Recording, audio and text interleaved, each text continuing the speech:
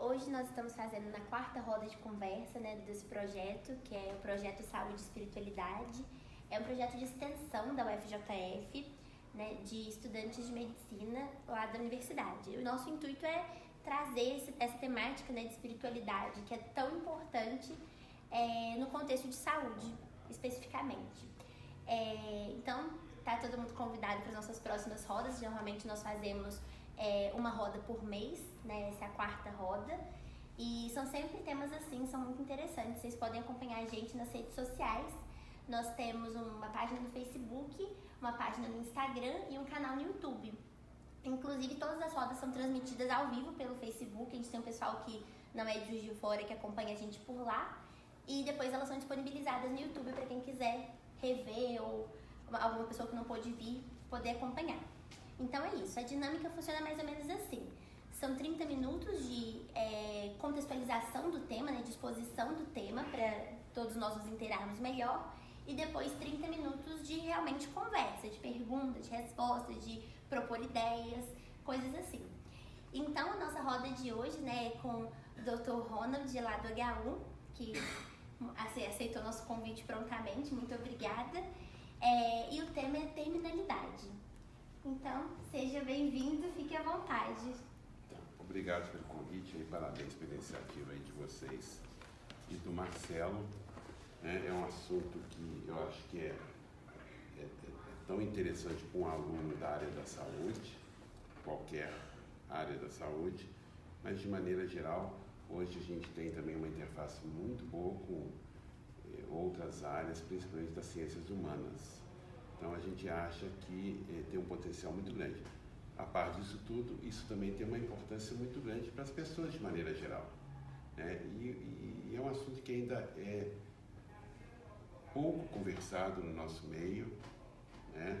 Não existe nem uma maneira mais fora do usual, como a gente aqui está trabalhando. Também não existe uma maneira mais formal, disciplinas e estudos, né? Essa questão da espiritualidade e saúde, que uma parte dessa questão da terminalidade vai envolver, é uma parte que ainda, apesar de muito se falar, tem pouca estruturação nas faculdades médicas, né? E em outras faculdades. Então a gente acredita que é uma boa oportunidade, é um assunto complexo, que seria muito útil ser explorado por várias pessoas com várias formações, né? Então, assim, eu acho que é importante a gente, às vezes, declarar qual que é a nossa base, assim, de pensamento, né? Eu sou daqui de Juiz de Fora, fiz faculdade aqui, como vocês estão fazendo, estou formado há 30 anos, a minha experiência maior com questão de paciente terminal vem da questão ligada ao vírus da AIDS, né, ao HIV, já que eu acompanhei desde uma época que não tinha tratamento até atualmente. Eu tenho hoje, e já há muitos anos, uma grande parte do meu tempo vinculada na Hospital Universitário, e lá a gente tem muito paciente que chega lá numa situação mais complexa, que acaba evoluindo para o óbito. Ainda é incomum hoje a gente ver as pessoas passarem os seus últimos meses, dias em casa, que é uma coisa que é muito comum no passado, né? Então a gente ainda hoje hospitaliza muitos pacientes e também não vou deixar de deixar bem claro para todo mundo, assim, a minha formação de pessoal, de maneira de enxergar a vida, de religião, está ligada às concepções que a gente encontra no Espiritismo. Então acho que isso é importante, porque pode eventualmente fazer alguma abordagem, apesar de que não é uma abordagem de cunho religioso, tá? Então isso é uma coisa importante para a gente delinear o que eu posso estar falando. Eu vou traçar para a gente aqui, colocar algumas questões, traçar algum roteiro, mas o assunto é mais amplo e pode ser que vocês propriamente percebam que vale a pena comentar alguma coisa, vale a pena a gente discutir. A gente vai ter tempo para isso, né? Eu acho que é importante a gente falar, muito da discussão que é feita está ligado à falta desse convívio com a terminalidade, né?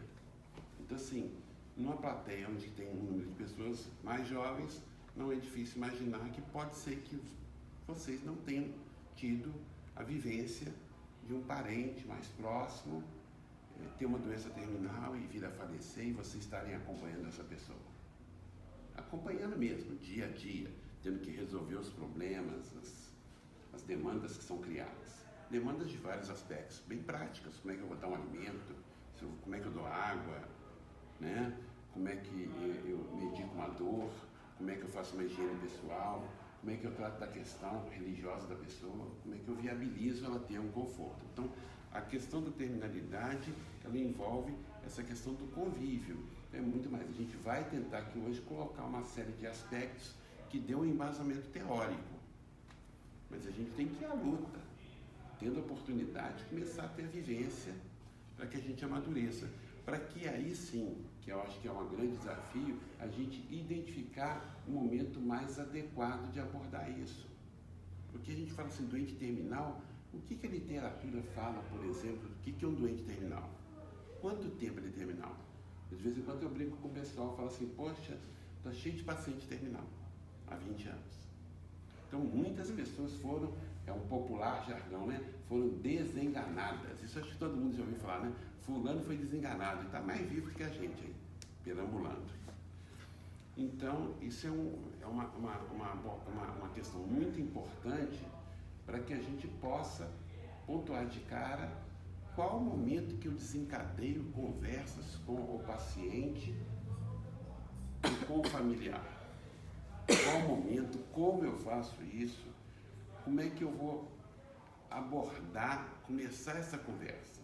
Hoje, cada vez mais a gente tem uma população envelhecendo com doenças crônicas que recebem bons tratamentos, que recebem tratamentos para intercorrências. Muitas pessoas que acabam evoluindo com quadros vegetativos crônicos. Lá no HU, nós agora recentemente transferimos uma paciente que ficou 4 anos internada no HU. Ela não tem perspectiva nenhuma hoje de sair de um leito, não faz nenhum tipo de comunicação que a gente entenda como comunicação habitual. Então, era uma paciente terminal, só que o terminal dela está com 4, 5 anos, porque teve um período anterior à internação do HU. Então, assim, lá atrás foi cogitado. A gente tem outros casos que vão chegando, a gente é paciente terminal. Paciente terminal, depois ele vai para o ambulatório, equilibra, faz uma quimioterapia, vive mais um ano. Então, para a gente ter um referencial, alguns autores usam 6 meses. Quando a pessoa tem uma doença incurável, que não tem perspectiva nenhuma mais de tratamento e que ela tem uma perspectiva de falecer em aproximadamente 6 meses. E também não é uma coisa que a gente pode estabelecer como uma regra fixa, isso pode ser variável. Tá? Então, isso talvez seja um roteiro para a gente entender em termos de temporalidade, porque há uma confusão muito grande e há uma pressa, eventualmente, da gente falar assim, a doente é terminal. Não, isso aqui tem que ser bem visto.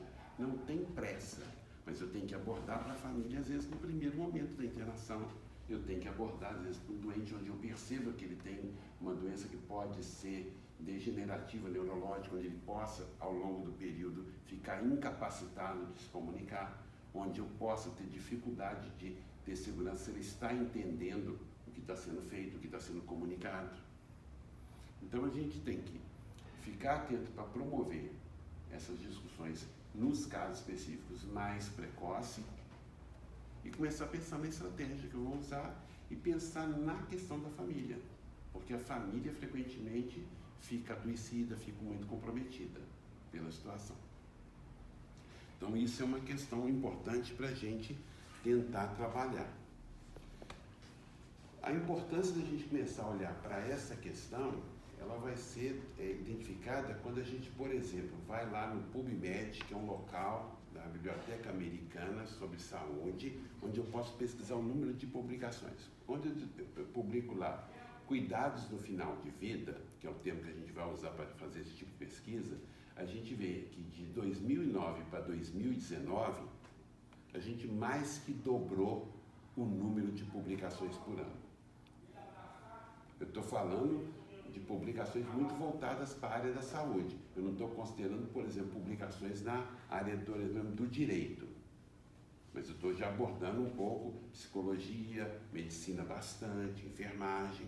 Então, o que a gente vê? Que quando eu recuo mais de 10 anos para trás,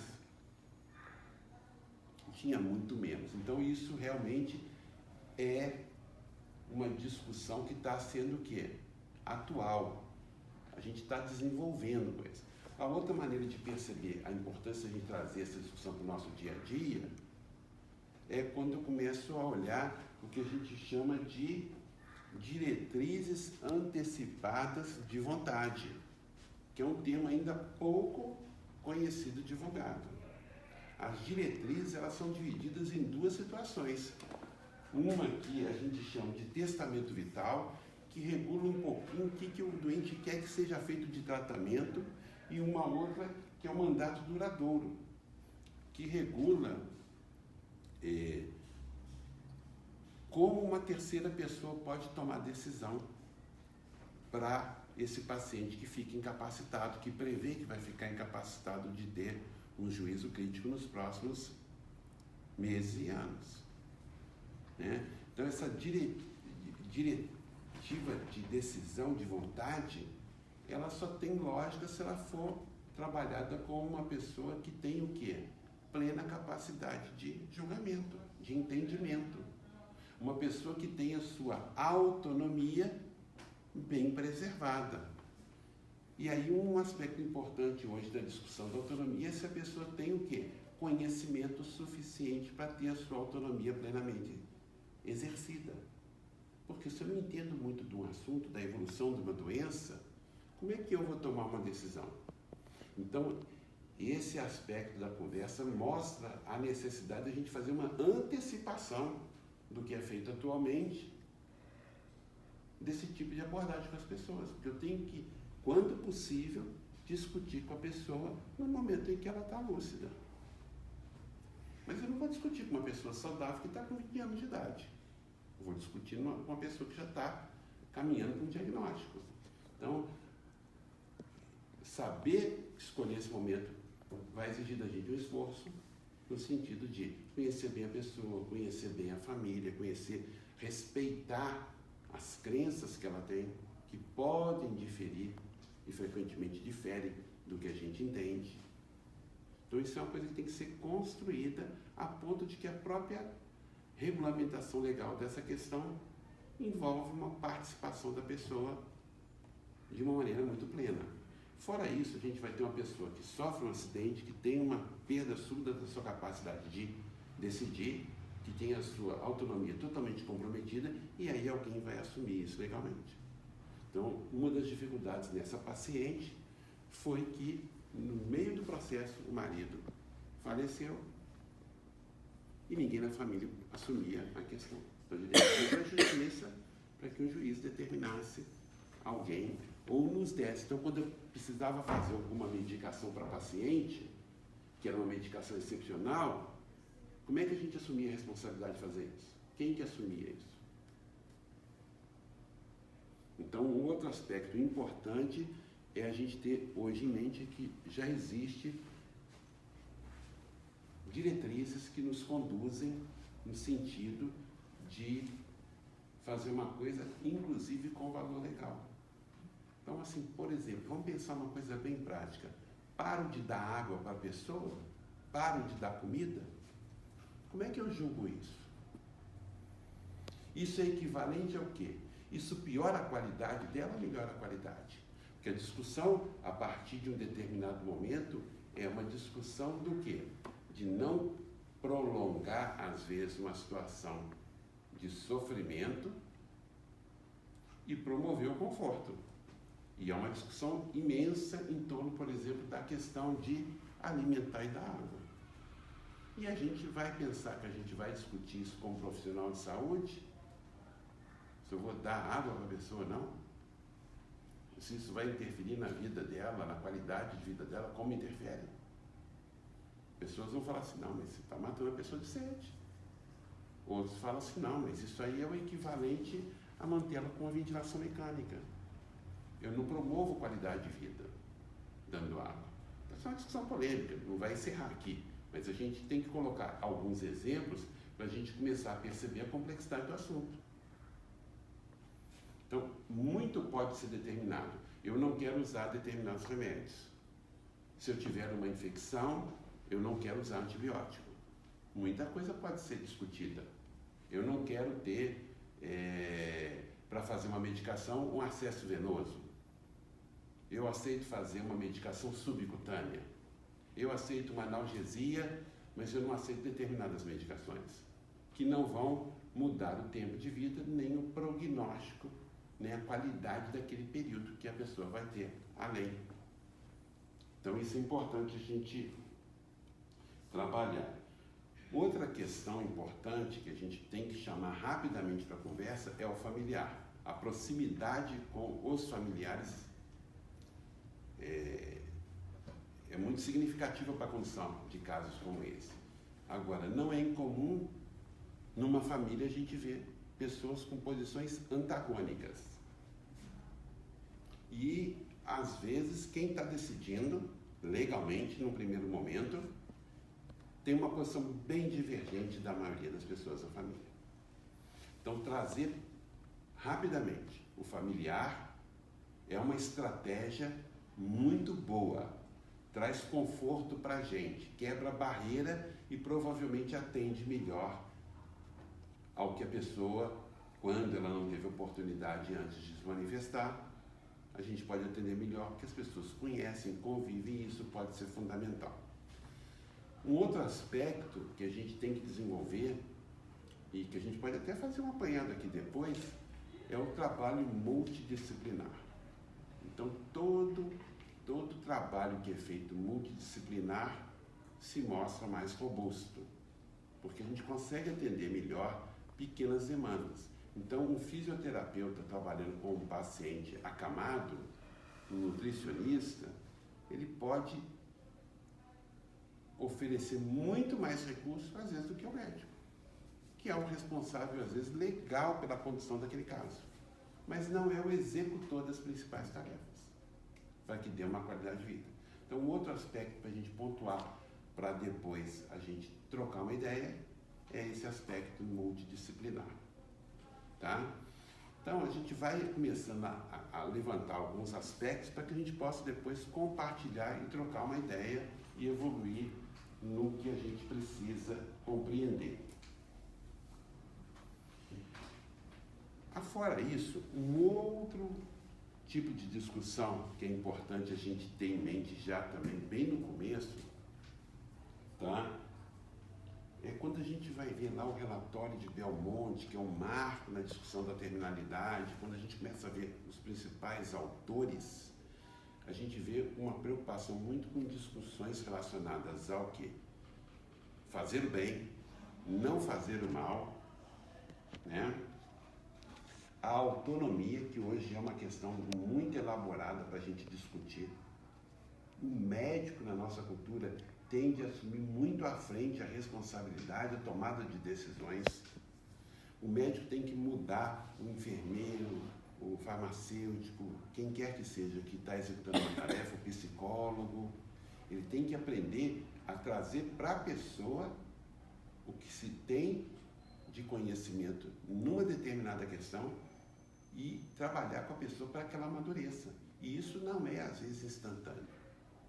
Às vezes ela vai ter que conversar, ela vai ter que ler, ela vai ter que ponderar com você. Então, a questão da autonomia, junto com essa questão de vou promover o bem, não vou promover o mal de jeito nenhum, nenhuma ação que possa acarretar um malefício, né? E a questão, que é uma questão muito mais complexa, essa questão ligada à equidade nesses tratamentos, que é eu conseguir promover para cada pessoa um tratamento adequado às demandas dela. Então, eu não preciso fazer igual para todo mundo. Eu preciso garantir uma base semelhante, eu preciso garantir uma informação adequada, igual para todo mundo, adaptada às condições da pessoa. Então, ao letramento, se eu der um texto aqui, você falou em física quântica, e se eu te der um texto de física quântica, você vai entender? Não vai entender. Então, você não tem o que é letramento em física quântica. Você lê um texto e não entende. Que, aliás, em relação à medicina, é muito comum, né? A gente escreve cheio de sigla, cheio de código. Quem não é médico, não fez faculdade, não entende nada. Todas as áreas são assim. Mas a gente tem que trabalhar um pouquinho essa questão, porque eu vou ter que fazer uma adaptação muito grande numa sociedade tão heterogênea. É muito diverso o público que a gente atende, tá? Então, hoje, inclusive com as mudanças que a gente vê na sociedade, não só cultural, econômica, com a facilidade da comunicação, da informação, a gente tem dois fenômenos que eu acho que é importante. A gente frequentemente cria rótulos e às vezes não percebe que às vezes uma pessoa numa camada social que tem maior limitação econômica, ela tem às vezes uma condição de conhecimento muito grande, porque a informação não está mais disponível hoje. Então a gente muda muito um conceito que era comum há 50, 40 anos atrás. Lembrar que quando eu me formei com um professor que tinha estudado há 50 anos atrás. Então vocês hoje, que estão na faculdade, estão recebendo informação de professores que foram formados há 50 anos atrás, e a gente, falando claramente, sabe que a atualização, principalmente em assuntos como esse, é mais complexa, é mais restrita, evolui mais lentamente do que a atualização em questões técnicas. Tá? Então, é uma outra preocupação muito grande. Como é que eu vou trazer para um paciente essa questão? É um passo além do primeiro. Então, como é que eu vou abordar, como é que eu vou descobrir esse paciente, como é que eu vou abordar isso com ele, com a família, como é que eu vou trabalhar o respeito pela crença dele, como é que eu vou entender isso em termos de dar autonomia para que dentro da crença dele ele consiga assimilar os conhecimentos que a gente tem, seja os conhecimentos na ética, seja a ética, o respeito pelas questões. Isso hoje mudou muito, né? Hoje a gente vive muito mais essa questão do que é mais ético. Antigamente a gente tomava decisões nem sempre tão compartilhadas. Você entendeu o que eu falei? A pessoa falava, entendeu, agora explica. Quem corre esse risco de falar com a pessoa assim, então agora me explica o que eu te informei. O que a gente acha que vai acontecer? Vai tomar susto. Até porque, às vezes, eu viro para a pessoa e falo assim, você está com uma doença terminal, 6 meses depois, a gente foi trabalhando e reverteu o quadro. Eu estou com um paciente agora sim. A mãe perguntou assim, o que o senhor acha, como é que a gente vai fazer? A pessoa estava com uma doença muito grave, eu falei assim, olha, eu não sei se o seu filho vai suportar isso tudo, e ele tem um risco de evoluir mal e falecer. A mãe ficou assustada. Eu estou aqui simplificando a conversa que eu fiz com ela. Hoje, outro dia brincando com ele, já numa fase mais avançada, eu falei assim, quem te viu e quem te vê, né? Você mais um pouquinho, você tinha falecido. Ele era um típico doente terminal que, Roberto está rindo ali, porque ela sabe quem que é. É um paciente que hoje tem uma limitação física imensa, ele não enxerga, e está aos poucos se readaptando, e ele passou por um período grave, ele esteve no hospital quase que 1 ano internando, saindo, ele teve justamente com esse perfil do terminal, e ele é um exemplo bom que quebra esse paradigma, que a gente tem que ter esse meio termo. Também eu não podia deixar de falar para a mãe que era uma situação crítica, também eu não podia prevenir a mãe que ela deveria tomar alguns cuidados, porque senão correria o risco de, mesmo trabalhando, se tivesse um desfecho diferente, como é que eu ficaria? Eu tive que falar com a mãe, se puder ficar mais em casa com ele, talvez ele fique o quê? Melhor atendido. Então, um último aspecto aí para a gente trabalhar é que a gente tem que desmontar todo esse conceito que a gente tem hoje. Quem já foi aqui em algum velório na casa da pessoa?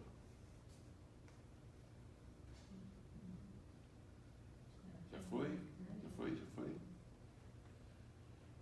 A última vez que eu fui, e foi uma vez, foi de uma filha de um professor que foi atropelada aqui, ó, nessa esquina aqui do Bahamas, 40 anos atrás, ficou uma vida inteira cuidada pela família em casa, faleceu em casa e o velório foi em casa.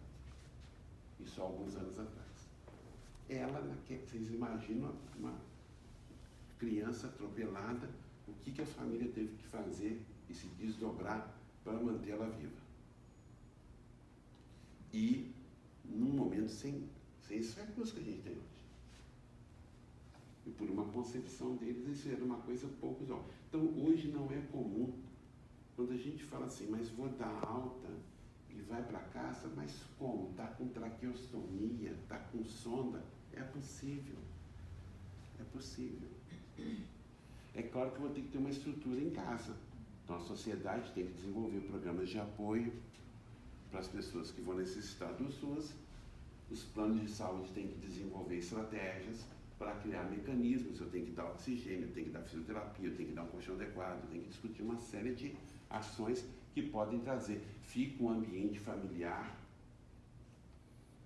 complexo, bagunça lá a casa, em certo sentido. Né? As pessoas ficam ali, não, eu quero levar para casa.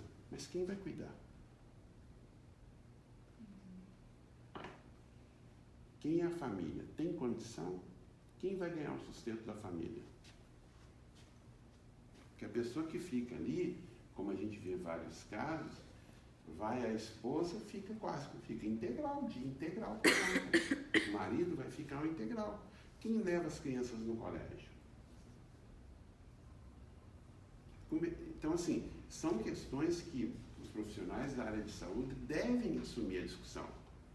Se a gente evoluir com conversas como esta, a gente pode, num segundo momento, começar a entender que a sociedade vai discutir isso muito amplamente.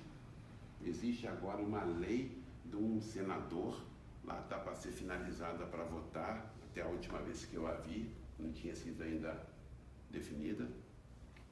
5 minutinhos. E ela vai regulamentar algumas coisas, mas essas leis elas não são tão profundas a ponto de entender. Como é que eu faço para trocar um O2? Como é que eu faço se eu estou sozinho para tomar banho? Então, é um desafio que aí já é uma questão que ultrapassa a área da saúde. Né? Há coisa de umas poucas semanas tinha uma criancinha, que não era nem criança, né? Parecia uma criança, tinha 19 anos, uma paralisia cerebral, e o residente me chamou porque a mãe queria alta e não ia ser dado alta porque precisava fazer um procedimento que chama gastrostomia. Faz um furinho, coloca um tubo e faz alimentação pela barriga. Essa menina tem uma má formação em cavidade oral, então ela aspira. Então, dar comida, o quadro evoluiu, já dar comida virou um risco para os médicos impossível de ser passado mais. Então, não dá para fazer mais isso. Esse risco é inadmissível. Não dá para passar uma sonda. A mãe não estava aceitando bem a situação. A mãe virou e falou assim, quero ir embora, estou cansada disso tudo. Se for o caso, ela tem a pneumonia, eu volto aqui. Ela acabou, a gente tendo que fazer um boletim de ocorrência, tendo que buscar questões jurídicas, tendo que abrir a porta para a mãe mudar de ideia a qualquer momento, mas a mãe tinha toda a condição de decidir, legalmente falando. E a criança acabou tendo uma complicação e vindo ao óbito. Não sei se decorrente de alguma coisa que a gente queria prevenir com a gastrostomia, mas ela acabou. Provavelmente é uma criança que teria uma vida mais encurtada em relação às pessoas. A gente até entende. Mas a gente estava o quê? Falei com a mãe, olha, eu acho que a senhora não está conseguindo absorver que é um procedimento semelhante a tantos outros que ela fez e que não acarreta nenhum prejuízo para ela no dia a dia e que talvez a única questão seja a questão do paladar, que talvez ela perca, mas que a gente nem consegue avaliar se ela usufrui disso, de que maneira ela usufrui.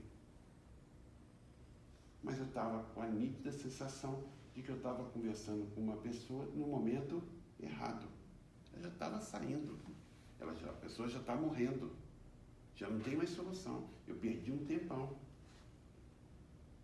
Eu tinha nítida compreensão que como é que a mãe ia decidir sobre colocar uma gastrostomia se ela nunca viu uma gastrostomia? Se ela nunca conversou com uma pessoa que estava com gastrostomia? Então, para a gente ir finalizando e abrir espaço de perguntas, de troca de ideias, seria importante a gente amadurecer que tipo de estratégia que a gente tem que fazer para não só a sociedade, mas pelo menos até onde a gente pode atuar na área da saúde, como é que a gente desencadeia o momento, como é que a gente aborda, entender que isso não é uma conversa de uma sentada, vamos sentar e vamos resolver isso. Não é isso. Porque senão a gente não vai ter equidade.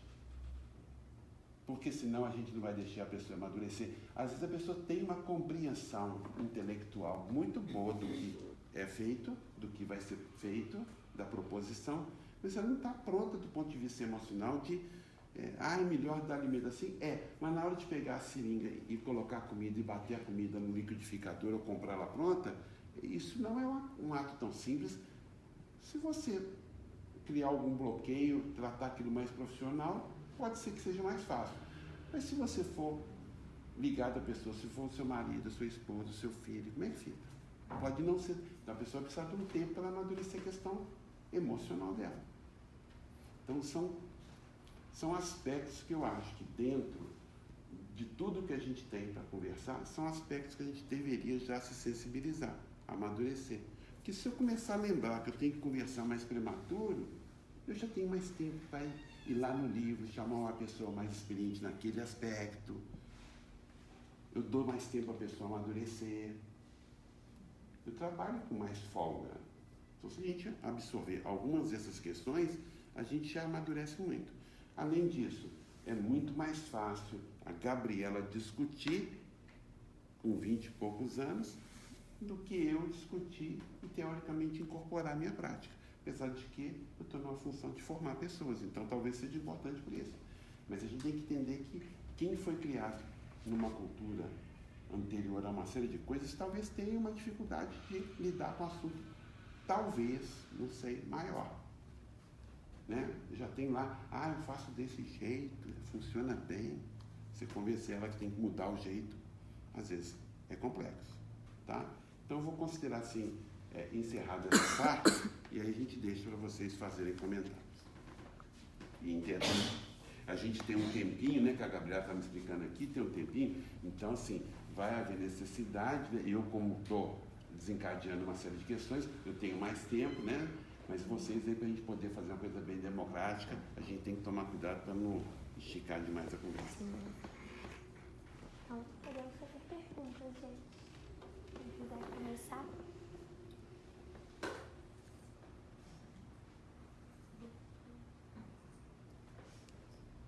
Bom, então acho que eu mesma vou começar.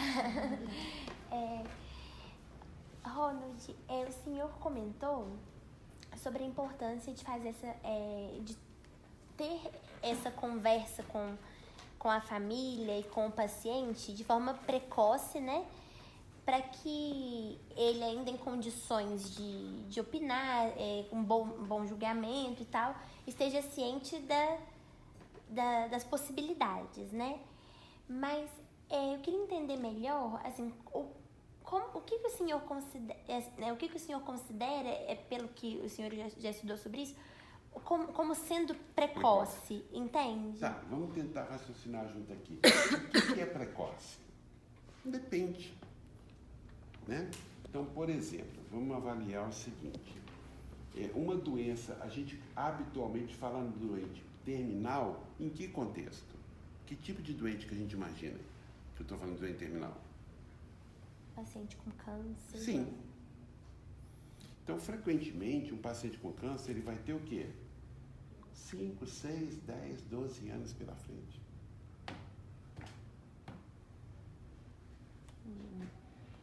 Um paciente com insuficiência cardíaca, intratável, né?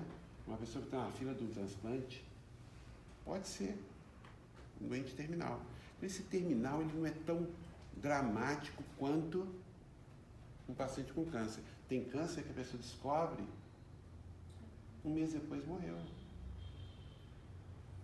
Como identificar isso? Vai depender da patologia, das perspectivas de tratamento para que eu possa desencadear.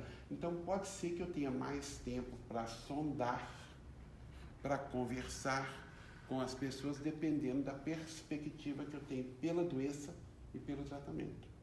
Mas que é a perspectiva também, talvez pessoas possam, talvez se você conversar comigo para falar que eu estou com câncer terminal, talvez eu tenha mais capacidade, porque eu tenho mais instrução. Não instrução geral, instrução no assunto. Então, essa questão da precocidade, ela é vaga, sim, porque tem muito variável. Mas se eu colocar um paciente chamado de terminal num consenso que não é uma obrigação, de uns 6 meses, isso pode ser o norte para você. Então, você descobre hoje que tem uma doença evolutiva e eu vou começar a tatear com você como é que você entende essas questões. Talvez eu não sente com você no primeiro dia que, talvez você morra daqui a 1 ano, vamos sentar para discutir. Não, não é por aí. Eu vou sentir como é que você está. Às vezes a demanda aparece espontânea, às vezes eu vou desencadear isso numa conversa, com uma franqueza maior ou menor, mas provavelmente vai ser difícil eu conversar uma coisa tão complexa, Gabriela, sem mal te conhecer, sem você me conhecer, ter confiança. Eu vou ter que estabelecer isso. Agora, é claro que eu posso pegar um paciente que internou no hospital com câncer, eu estou vendo que está muito grave, um tumor inoperável, disseminado, isso lá na HU vocês como alunos vão ver. Aí, nesse paciente, o que é precoce? Como é que eu vou agir? Para isso, da solução é mais difícil mesmo. Então, assim, vai depender da doença de base, da perspectiva, da gente perceber que isso não vale só para câncer. Para você perceber que eu tive uma experiência recente de que eu falei com a pessoa que talvez... Falei com a pessoa, não, falei com a mãe, que talvez a perspectiva fosse ruim e isso foi revertido, a ponto de eu depois conversar com a pessoa de uma maneira mais alegre, brincalhona, e a pessoa compreender. Por que eu fiz isso? Porque depois eu falei assim, olha, não dá para acontecer de novo não, porque é a segunda vez, eu não sei se vai funcionar. Tem que falar isso, porque a pessoa estava com um comportamento de não se cuidar. Então, talvez tenha que olhar nesse sentido. Esse paciente terminal, já com câncer, já está com metástase, tomando morfina, já está dor. Liberar esse paciente para ele ir para casa. Não sei qual o problema. Então, mas aí ele vai ficar só para desocupar o leito? Não, pelo amor de Deus, não estamos preocupados com o leito, não. Nós estamos preocupados com qualidade que você pode cuidar com o paciente, com a família, né? Pertinho da mamãe, pertinho do papai, ver o cachorro dele. Então, mas ele... Você entendeu? Não, não é preocupação com leito, não. Não é preocupação administrativa, não. É preocupação centrada na pessoa. Porque hoje em dia, né, eu não peguei desde o início, na questão da medicina paliativa, né, Ramos? Que inclusive tem a especialidade médica, né? Lá no HU tem a equipe. Aliás, né? a característica da medicina paliativa é justamente o foco grande no trabalho multiprofissional. Isso, então, uma boa equipe vai ter uma farmacêutica, como, por exemplo, a Rosângela. A Rosângela aqui... Eu não entro Não, eu sei. Na paliativa eu entro como capelã. Eu sei. Mas, assim, uma medicina paliativa vai ter uma farmacêutica como você ou como a Roberta, que eu conheço. Mas, assim, a Rosângela entra lá no papel da capelania. Tem o doutor Bruno, tem o Tiago, enfermeiro. Tem psicólogo, enfermeiro, Sim. nutricionista. É uma equipe grande que vai dar Qual é a reclamação, né, para devolver a questão para a Gabriela? Porque a Gabriela provocou, agora a gente vai provocar a Gabriela. Qual é a reclamação que você acha que um médico que cuida de paliativo faz? Tudo que é médico. Uma reclamação? O pessoal manda os pacientes muito tardiamente. Muito tardiamente, o Bruno reclama isso. Que já está morrendo, medicina paliativa não é isso. Entendeu? Você já podia ter feito antes, né, entrar com uma medicação. Paliativo não é dar só morfina. Dor, entendeu? Dar uma qualidade melhor para esse paciente, uma qualidade de vida. Dor moral, é permitir que ele em casa reconverse com a família, redimensione, faça um atestado. Agora, eu concordo com você, a família tem condição de fazer morfina subcutânea e sabe fazer resgate? A família tem condição de ver a pessoa agonizar e fazer uma parada respiratória e não ficar preocupado de fazer nada, não vai entubar, não vai reanimar, a família tem essa condição, ela foi preparada para isso, a nossa cultura tem essa condição. Gente, se tivesse, não tinha atividade de hoje. Né? Então, assim, não é impossível, Roberto, de fazer a medicação em casa, com o mesmo É mais efeito. comum isso, né, Rô? Porque a pessoa que eu estou falando, até a família não tinha condições de fazer isso. Não, mas aí eu não vou botá-la para fora do hospital para morrer do lado da mãe morrendo de dor. Porque um dos grandes medos das pessoas é sentir dor, né? Que é bastante razoável, né? Então, às vezes, a gente vai ter que ficar. Agora, se vocês me perguntam assim, qual que é a logística que eu tenho que ter para poder medicar para a dor e dar outros suportes além da dor? Não, é uma logística fácil. Vomitou na cama, como é que eu faço isso? Vomitou com sangue e tem uma doença contagiosa. Como é que eu faço isso? Então, a gente, num primeiro momento, dedica a nossa discussão a questões mais básicas, mas na hora que eu desdobro isso, montar uma estrutura para ir para casa, do ponto de vista econômico, sai mais caro. Até economicamente, né? Agora, a gente tem que mudar aquele negócio de botar na UTI, entubar a pessoa, sedar com propofol e deixar parar o coração lá, ela, dias depois, numa infecção, criando uma série de problemas sem promover benefício. Gente, me veio aqui a ideia do exemplo. Nós temos um exemplo que eu vou citar, porque é um exemplo público. E existe um ex-atleta do automobilismo que está há muitos anos em casa. A gente não vai achar que as condições que ele tem são iguais às dos nossos pacientes aqui, não, né? Então, é possível estar em casa? É. Se eu tiver mais recurso econômico, eu provavelmente tenho. Mas não é uma questão de recurso econômico, é uma questão inicial de vontade. Então, se as pessoas entenderem que as discussões envolvendo religiosidade são importantes para a maior parte da população, a gente tem que promover essas discussões. Trazer isso para o dia a dia, respeitando pequenas diferenças.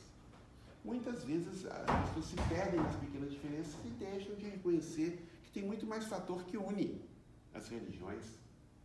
Tem muito mais fator que une o médico com a enfermeira, com a farmacêutica, com o técnico de enfermagem, com o psicólogo, com o fisioterapeuta, com a fonoaudióloga. Bom, vou parar por aqui, mas vou esquecer algum profissional. Tem muito mais fator que une, fator muito mais forte que é promover o bem-estar das pessoas, do que pequenas divergências de pontos de vista, de origem, de crença, nem sempre muito clareados na cabeça. Eu começo a conversar um negócio com a pessoa, eu falo assim, mas será que ela não está com a razão? No contexto dela, no contexto de uma pessoa que mora e tem uma experiência de vida diferente, talvez eu esteja falando muita coisa que não tem lógica na cabeça dela. E tem muita na minha. Então, assim, as conversas são importantes por isso. Então, não é uma questão, Roberta, realmente, assim, de deshospitalizar. Porque, no final das contas, gente, quem conhece aqui o DIT, que é um serviço de apoio para o paciente, para a gente dar alta no DIT, tem que cumprir tanta coisa. O DIT tem que ter uma estrutura tão grande que, se você parar para pensar, ele vai deixar no hospital. Construir um hospital de crônico e deixar lá. É muito mais complexo. Agora, o DIT só funciona se a família assume. E às vezes a família... Eu tenho um paciente também que eu estou lembrando aqui agora, se eu for ficar lembrando de muito paciente desenganado, tem um montão. Eu tenho um paciente que ele vai hoje com a mãe dele, porque a mãe dele não tinha condição de tratar dele. Então ele ficou vários anos numa casa de apoio aqui da cidade.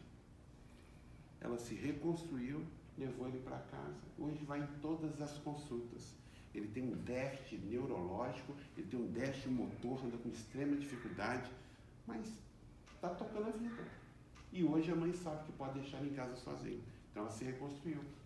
Mas criar a estrutura para fazer esse processo de voltar para casa, provavelmente não vai ser suficiente para vários casos, não vai ser útil para vários casos. Né? Vamos lá. Pode fazer pergunta.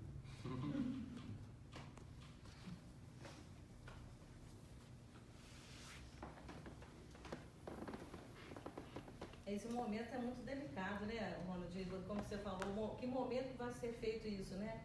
Isso aí tem que ter muito bom senso, né? Saber até que nível você... não tem como. Calma aí, olha aí. Tumor de pâncreas. E também... 7 dias antes você pode discutir. Não é assim, né? Dá um exemplo aqui. Minha esposa está aqui, ela é médica pediatra. Ela está com uma criança que você acompanha a filha daquela menina há quantos anos? Já uns 6 para 7 anos. Ela está no Rio de Janeiro esperando um transplante cardíaco. Internada. Porque se não ficar lá, o coração não chega. Perde a oportunidade, mas ela está descompensada. É doente terminal? Depende, né? Tá internada 6 anos? Não, a criança tem 6 anos. Ela está maiorzinha, ela deteriorou, então ela sabia, o cardiologista sabia que ela ia deteriorar. E chegar numa hora que era transplante. Ela chegou nessa hora. Nessa hora não tem o que é? Coração disponível. Então ela tem que ir para suporte hospitalar. Para facilitar captar o coração em tempo hábil, mas também porque ela começa a precisar de suporte além do habitual. E é uma pessoa que tem uma diferenciação social que permitiria ela ficar muito tempo em casa. E ela ficou até onde deu. Nós temos um caso na família que era típico paliativo. A pessoa não lidava com o diagnóstico muito claramente, chegou numa fase final, ela praticamente morreu em casa. Recebeu dolantina, recebeu medicação, que foi possível. Deu conforto, atendeu ao que a pessoa queria, atendeu. Até onde podia. Hoje em dia tem até um documento, né, que você faz antes, né, enquanto o paciente pode decidir, né, como é que chama? Diretivas de vontade. Isso. Diretivas de vontade da pessoa. Já fica pronto esse documento que fala, né, até onde ele quer que o médico vá, até onde que ele... Por que ele está disposto a ser submetido ou não? Diretivas antecipadas. Aí a Gabriela fala assim, Rony, antecipada em quanto tempo? É igual todo precoce. No tempo necessário para aquele problema. Quando ele está em condição também de né, essa conversa, outro exemplo ele pode bom. decidir, Vamos lá, outro exemplo bom. Tá? Bem notório. Aquele físico inglês. Quantos anos ele ficou se bobear naquele negóciozinho? Não era terminal. E tinha uma doença, lesou e ela estabilizou. Em algum momento ele vira um doente terminal. Começa a deteriorar, a gente não percebe isso no noticiário, né? Não vai falar isso. Em algum momento ele deteriora. E aí ele vira isso. Mas se fosse, eu não sei a história dele, mas dentro do que a gente imagina, em algum momento a família deveria ter conversado, se acontecer isso, como é que conduz? Ele tinha condição de responder. Como é que você quer que conduza isso? É claro que não vou falar que eu quero eutanásia, mas é contra a lei. O que a gente está falando em certo sentido? É um pouco para o lado da ortotanásia.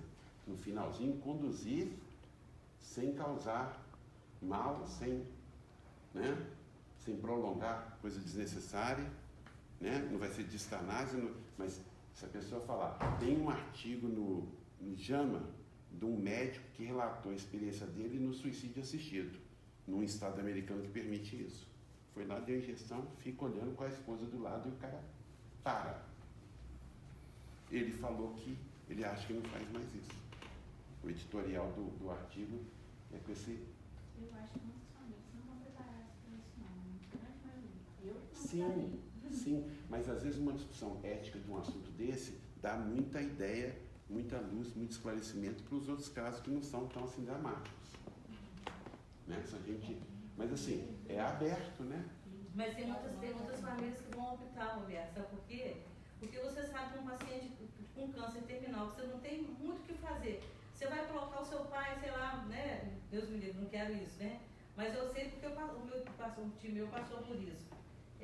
Colocar ele dentro, e a família não tinha ninguém da área de saúde. Ninguém da área de saúde. As filhas optaram por não levar, porque elas sabiam que ia colocar ele dentro de um CTI, entendeu? Então, elas seguraram ele até o último momento, fazendo medicação em casa, entendeu? E quando realmente ele deve ter começado com insuficiência respiratória, né, alguma coisa nesse sentido, que eu não sei o que aconteceu no momento, eles levaram ele para as Brascôncia e não colocaram no CTI, Colocaram no quarto e elas ficaram até o fim com ele. Foi questão de horas, entendeu? E aí ele partiu. Olha, é um Quer meio dizer, termo, porque- tá vendo? Cuidou até onde dava, não levou para uma UTI. Mas isso o ideal é discutir, fazer sem afobamentos, cumprindo alguns cuidados no sentido de respeitar a autonomia da pessoa, que é um princípio muito complexo da gente trabalhar. Né? Mas o quê? Bom, acho que vou fazer outra pergunta. De certa forma, sempre é imprevisível, né? Eu vejo assim a experiência dentro da minha casa com meu pai. Sabe, foi uma coisa assim que... Olha, eu não acho que Sabe, eu não- acho não que foi- tem um imprevisível. Ele olhou, ele simplesmente... Ele, Tem um imprevisível, mas tem muito esperou previsível. o meu irmão, que os dois sempre foram em carne. O meu irmão chegou, ele olhou para o meu irmão já gritou. Diz o meu irmão que o olhar foi olhar e ele só tomou a cabeça. E assim, Se a gente levar a discussão para esse campo, é bastante repleto de experiências que a gente poderia colocar assim, menos usuais, que você encontra na literatura médica como assim, anedóticas, que não foram bem documentadas, que não tem como comprovar. Mas isso é fato que todas as pessoas têm assim. Fulano estava esperando que o outro foi lá, visitou ele, visitou é e uma morreu. coisa impressionante. Tem esse tipo de coisa, É. não tem? Eu acho que a gente deveria estudar. Tudo que acontece deve ser estudado com isenção. E a hora que você tem um estudo de uma evidência A, B, C ou D, você vê se essa evidência foi bem construída e você vira para as pessoas e fala assim, olha, as evidências são bem fundamentadas ou não. Como é que a gente vai decidir uma conduta? Seja a conduta em que área for, em levar para o hospital, em dar morfina, em dar antibiótico. Eu estou vivendo agora uma época em que eu estou discutindo que tem que fazer antibiótico em infusão. Mas, ao mesmo tempo, eu estou discutindo antibiótico subcutâneo, que vai contra o princípio farmacológico, num primeiro momento. Qual que é o melhor? Eu vou trabalhar isso. Você já ouviu falar, essa morfina que você está falando, essa morfina não é feita, no caso um paciente paliativo, ele é feito subcutâneo, infunde litros e litros de soro e por demóclise. Eu sei aprender essa palavra. Né? Então, quando o Bruno chegou lá e começou a prescrever desse jeito, nós chamamos ele lá e falamos, que coisa esquisita é essa? Essa medicação não pode fazer subcutâneo. Aí ele foi, trouxe o protocolo, mostrou que, né, fazia assim, né, e aí, né, apresentou todo o trabalho, todos os protocolos de infusão dessas drogas, né, dos medicamentos dessa maneira, né? Você pensar que você vai conseguir fazer litros de soro, né, pelo tecido subcutâneo, né, é uma coisa que a gente... Mas e faz, né, no paciente em paliativo, é feito, né, já não tem acesso, né, e precisa hidratar, e precisa fazer a medicação. Vejamos bem, quando a gente fala assim de uma universidade, a gente tem que imaginar que a universidade tem que devolver para a população que tipo de produto, mesmo nessa questão da terminalidade. Ela tem que devolver um produto onde tem o quê? Discussões, teoricamente, com pessoas que estudaram muito nas diversas áreas. Qualquer área. Um físico, um químico, ele pode contribuir. Um filósofo, não interessa. Mas essas discussões, elas não podem ser descontextualizadas da cultura da sociedade, apesar de que uma vai interferir na outra. A sociedade vai interferir no que uma universidade deve conduzir e o contrário também. Tem que fazer só o quê? Uma discussão o quê? Legítima, honesta, respeitando e discutindo até achar uma posição final. Então, assim, como é que você faz na precocidade? É discutindo com a família. Mas discutir não é uma palavra boa, porque discutir, etimologicamente, é uma palavra vinculada a eu impor uma opinião. Quando a gente fala que está discutindo, a gente está tentando impor.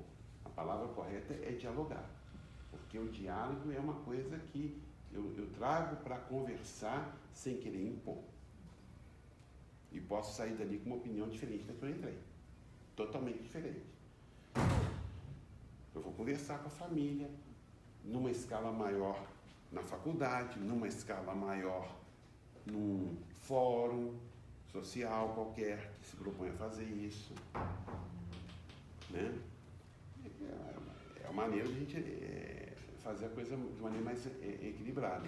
Agora, com o paciente ali, você vai costurar aquilo ali na medida em que você percebe que a pessoa vai ter um certo tempo, eu vou trazer informação, vou discutir um pouquinho, vou tentar colocar alguns conceitos, a pessoa vai ter dificuldade de aceitar, volta na próxima consulta, né? Que é uma outra concepção que a gente tem que ter, né? Se eu for esperar, bom, agora ele é terminal mesmo, agora vai morrer. Não é assim, né? Pode ser que até aconteça, como eu estou dando exemplos aqui, e era terminal e agora não é. Que bom. Que bom. Então, assim, é construção disso. Agora, quem sai fortalecido disso?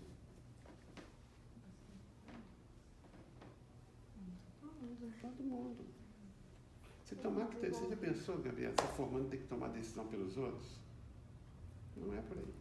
Você vai assumir uma responsabilidade que se você não tem tecnicamente competência para isso, você não tem direito para isso, você não tem direito de assumir a responsabilidade da vida do outro, numa decisão. A gente tem direito ao quê? E dever ao quê? De instruir para a pessoa poder ver o que é melhor para ela, respeitando alguns princípios que as classes, as profissões, a sociedade regulamenta. Eutanásia não pode, suicídio assistido não pode. Então a gente vai ter esse balizamento. Tá? Registrar isso, geralmente se aceita que registros feitos em prontuário são suficientes. Mas já tem gente que critica isso. Registrar o quê? Que é a diretriz de vontade. Diretriz de vontade. Antecipada de vontade. Como registrar isso? Tem que regular. Você imagina, nesse país grande, cada um vai escrever de um jeito, fazer de um jeito, e vai ter erro que vai espantar. Quando a gente não tem essa diretriz antecipada de vontade, assim, como que... Isso não tem na prática, tá? Na prática, isso não é um evento pouco frequente no nosso É até pouco frequente. Então, quando não existe, a forma de se proceder é como? Você... Habitualmente, o que acontece na prática hoje, que está aquém do que deveria ser, eu acho, é conversar com as pessoas e ir tomando as decisões, e junto muitas das quais não registradas. Entendi. Eu queria fazer uma outra pergunta. Existem algumas ONGs, algumas instituições, assim, que fazem, tem algumas atividades relacionadas a pacientes terminais, né? E tem até serviços mesmo religiosos, né, que tem um trabalho com pacientes terminais. Um exemplo que é super famoso, né, é aquela ONG que chama Make-A-Wish, não sei se o senhor conhece, né, que para pessoas que têm realmente um diagnóstico de uma doença terminal, que é uma ONG que realiza desejos das pessoas. Às vezes leva para conhecer um lugar que sempre quis conhecer, dá um presente que sempre quis ganhar, alguma coisa assim. Eu queria saber mais ou menos assim, o que o senhor acha disso, se são medidas, né, de consolo e talvez de conforto para aquela pessoa, e o que você acha que falta ser mais feito, assim? Porque a sensação que eu tenho é que às vezes as famílias, né, a própria Roberta tinha pontuado, que as famílias, acho que mais até do que os pacientes, eles não estão preparadas para isso, né? Eu sei dentro da minha própria casa mesmo, quando eu já perdi a minha mãe faleceu de câncer, e aí vem até o que você mesma disse, né? Que esse negócio de meu pai faleceu quando ele viu o meu irmão, né? Ele esperou o meu irmão chegar, igual você falou, né? E no caso da minha mãe, por exemplo, a minha mãe, ela falou pro meu pai sair de perto. Né? Tipo assim, ela falou, tipo assim, vai lá almoçar, você tá aqui comigo tem muito tempo, vai lá almoçar. Quando meu pai foi almoçar, ela foi. E aí é interessante isso, né? Que às vezes a pessoa tá muito mais tranquila, às vezes, do que a própria família. E aí uma coisa que eu sinto, talvez, é que falte, acho que tem alguma coisa que a gente possa fazer, não só como, às vezes, profissionais da área de saúde, mas como seres humanos em relação a essas pessoas, sabe, da família. Sim, olha só, é muito comum isso assim, fulano melhorou, o pessoal foi lá, viu que ele melhorou, voltou todo animado, falou assim, melhorou, não sei o quê. Um dia depois vai dizer... Sopro da morte. E eu te falar sobre isso. Entende? Isso é real? Isso é real, a gente tem que investigar o que é. Da morte? Não, isso é real, isso acontece. A pessoa fala que melhorou, aí você olha e diz, melhorou, o outro foi para casa, falou para todo mundo e depois morreu. Isso é real. O que é isso é uma outra questão, a gente tem que investigar, tudo bem, tá? O que a gente pode fazer? Que bom, deve ser feito. Se você pode hoje fazer um agrado para a pessoa, qualquer que seja, gente, é uma boa ação. Não vejo problema nenhum. O problema todo é se a gente ficar o tempo todo só fazendo coisas mais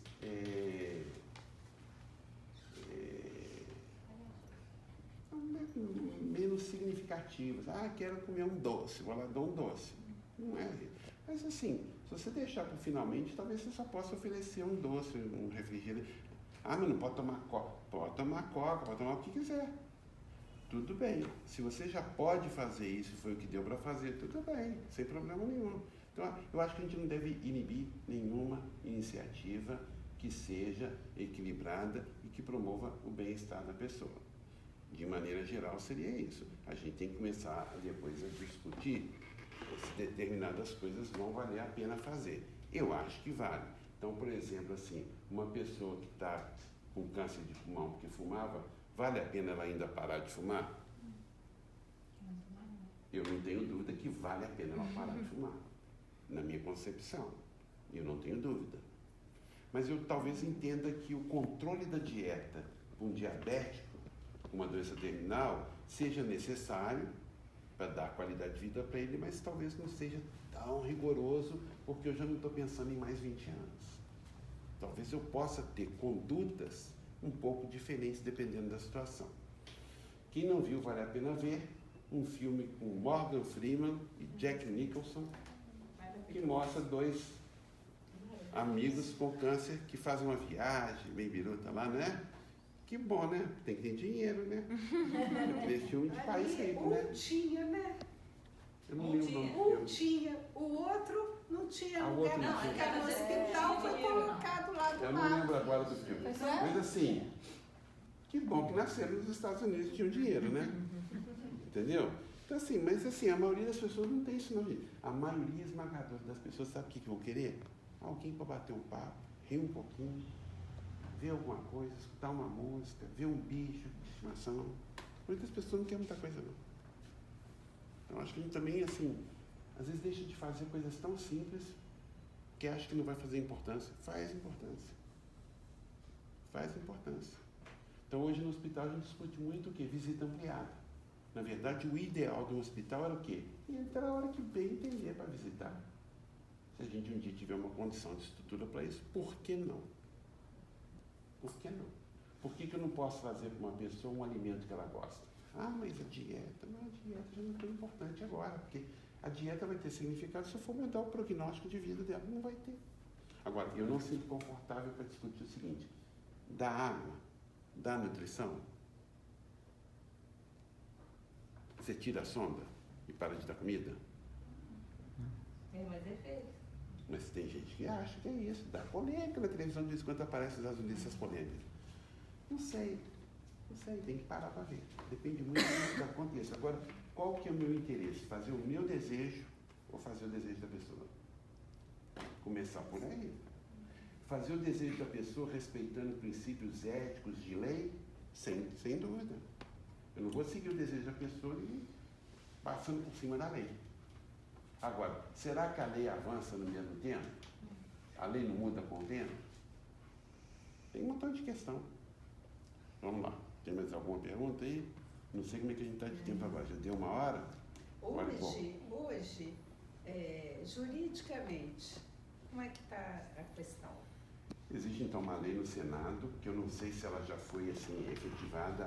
Quando eu vi, ela não tinha sido. Isso foi no final do ano, de 2018. Então eu acredito que ela está lá naquela tramitação, que ela tenta regulamentar.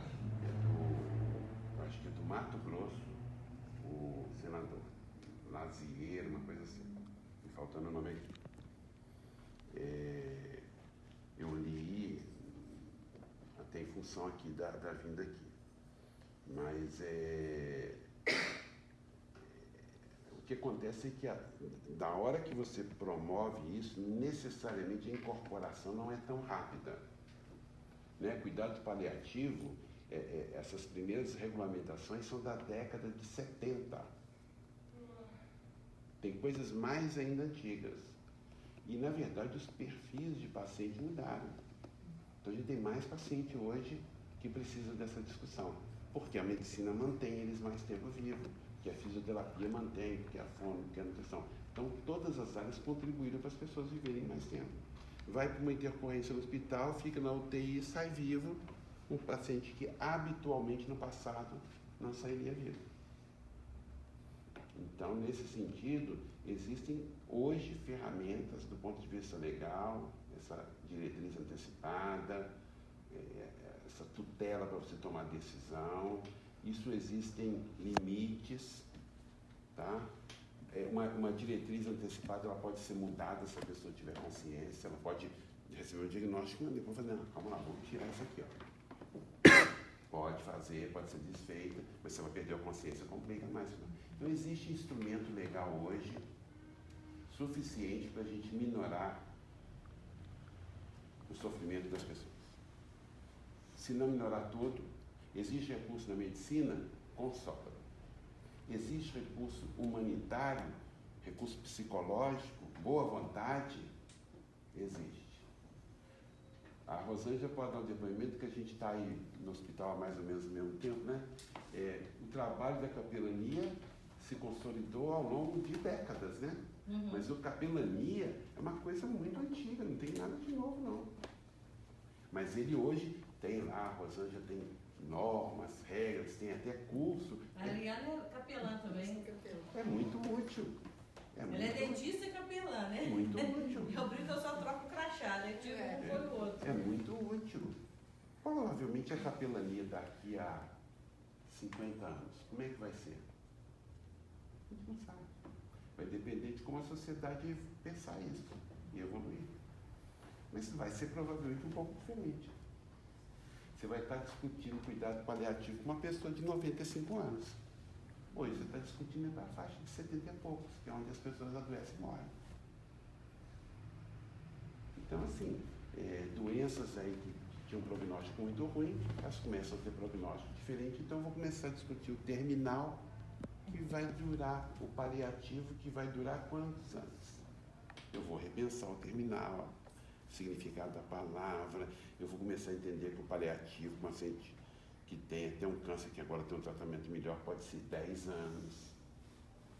Talvez eu antecipe muita coisa para ele, talvez nem sempre, talvez tenha momento de colocar alguma questão mais premente, vai depender. Mas assim, você sai com a ideia assim, já tem uma noção, já estou amadurecida, mas é um assunto que você sai com mais dúvida. E tudo isso é pulverizado na hora que você tem uma pessoa na sua frente com um problema sério ali, você tendo que decidir. Porque aí, às vezes, a pressão é muito grande. E o que você não pode deixar acontecer é o quê, Gabriela? Nossa, eu não conversei. Eu estou acompanhando o caso, está indo nos médicos, nos psicólogos, está indo lá na assistência do plano dele, tem 2 anos e ninguém conversou nada com ele. Isso não pode acontecer. Isso não pode acontecer. Então, acho que isso é... Então, aí o precoce depende dessas coisas, né? Mas o que não pode acontecer... nossa, eu conversei um pouquinho antecipado. Eu conversei um pouquinho depois. Mas dependendo desse pouquinho antecipado, um pouquinho depois, no final, lá na frente, não vai ser significativo. Mas o que a gente acha hoje? As pessoas estão discutindo isso daqui? Que a gente está discutindo? Paga para ver, né? Tipo assim... Comigo nunca ocorre, né? Comigo nunca vai acontecer. Tá bom?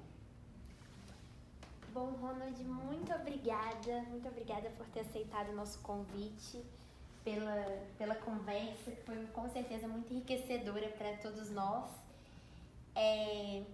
Bom, gente, a ideia é esse funcionamento mesmo, né, da roda de conversa, que todo mundo se sinta à vontade para perguntar.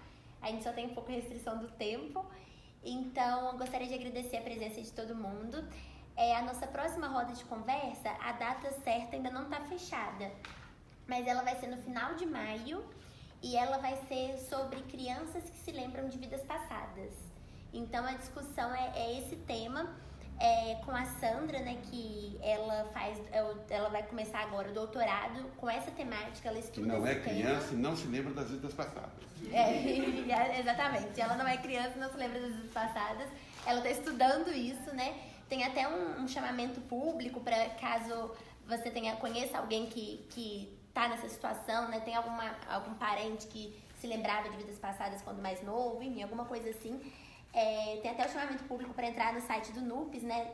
O Núcleo de Pesquisa em Espiritualidade e Saúde lá da UF, e relatar, né?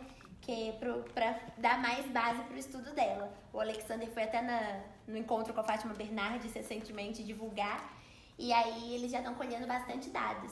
Então vai ser uma roda de conversa muito legal também, muito enriquecedora, e está todo mundo convidado. O principal estudioso disso, o Ian Stevenson, é o quê? Sueco? Finlandês? É o Ian Stevenson, já falecido.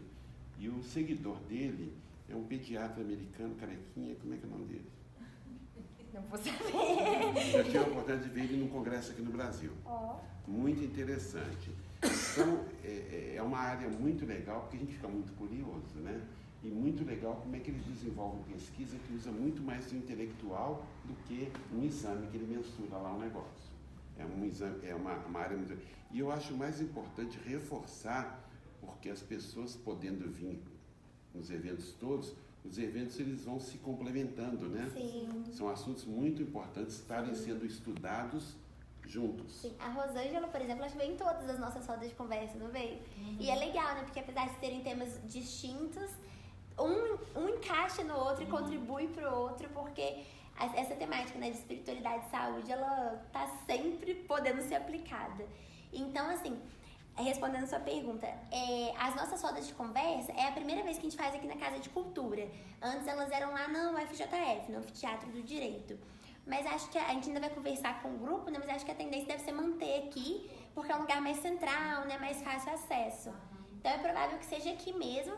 Aí depois a gente vai mandar para vocês, né, a mensagem, até por isso que a gente pegou o contato de vocês, que a gente vai sempre avisando das novas rodas de conversa. E aí vocês podem ver nas nossas páginas nas redes sociais também.